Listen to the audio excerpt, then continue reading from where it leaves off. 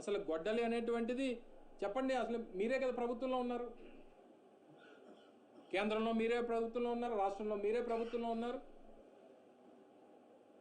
తేల్చండి, గొడ్డల సంగతి ఏంటి తేల్చండి. మేము కూడా మాట్లాడగలం. నీ వెన్నుపోటు సంగతి ప్రజలందరికీ తెలుసు.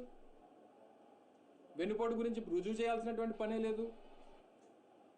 మీ వెన్నుపోటు గురించి ప్రపంచ దేశాలన్నీ తెలుసు.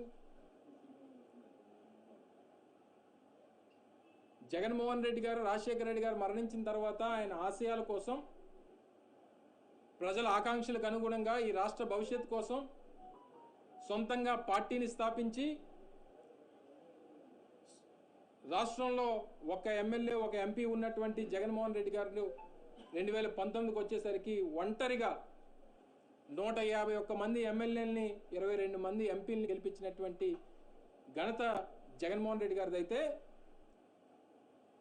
మామ పెట్టినటువంటి పార్టీ అధికారంలో తీసుకొని వస్తే వెన్నుపోడు పొడిచి లాక్కున్నటువంటి చరిత్ర చంద్రబాబు నాయుడు గారిది. బోత్ ఆర్ నాట్ సేమ్ అని నేను కూడా చెప్తా. ఒంటరిగా 151 సీట్లు వచ్చినటువంటి జగన్మోహన్ రెడ్డి గారికి 3-4 కలుపుకొని వచ్చినటువంటి మీకు ఉన్నటువంటి తేడా ప్రజలందరికీ తెలుసు. Both are not same. మేము తీసుకొచ్చినటువంటి అమ్మఒడి పథకం లక్షలాది మంది రాష్ట్రంలో ఉన్నటువంటి మహిళలకి న్యాయం చేయాలని, వాళ్ళ పిల్లలకి విద్యార్థులకి చదువు చెప్పించాలని చెప్పి